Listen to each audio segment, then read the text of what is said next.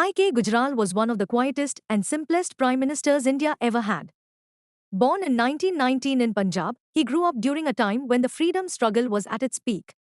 As a young man, he joined protests against British rule and was even jailed, but these experiences shaped his deep belief in peace and dialogue. After independence, Gujral entered public service.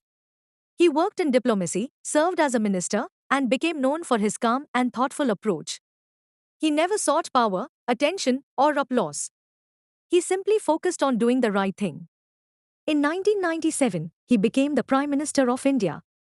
People didn't expect major changes, but Gujral introduced a completely fresh idea. He created what is now known as the Gujral Doctrine. It said that India should treat its neighbors with generosity, even when those countries could not offer anything in return. His belief was simple: trust grows only when the bigger country takes the first step. This approach improved India's relations with Nepal, Bangladesh, Sri Lanka, and Bhutan. These countries began to see India not as a threat, but as a friendly partner.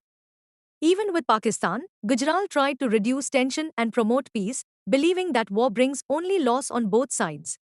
In his personal life, he remained extremely simple. No show off, no aggressive speeches, no big publicity. Just silent service to the nation.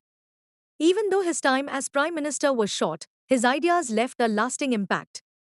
Today, the Gujral Doctrine still influences India's foreign policy. His name may not be discussed often, but his contribution is quietly woven into India's diplomatic foundation.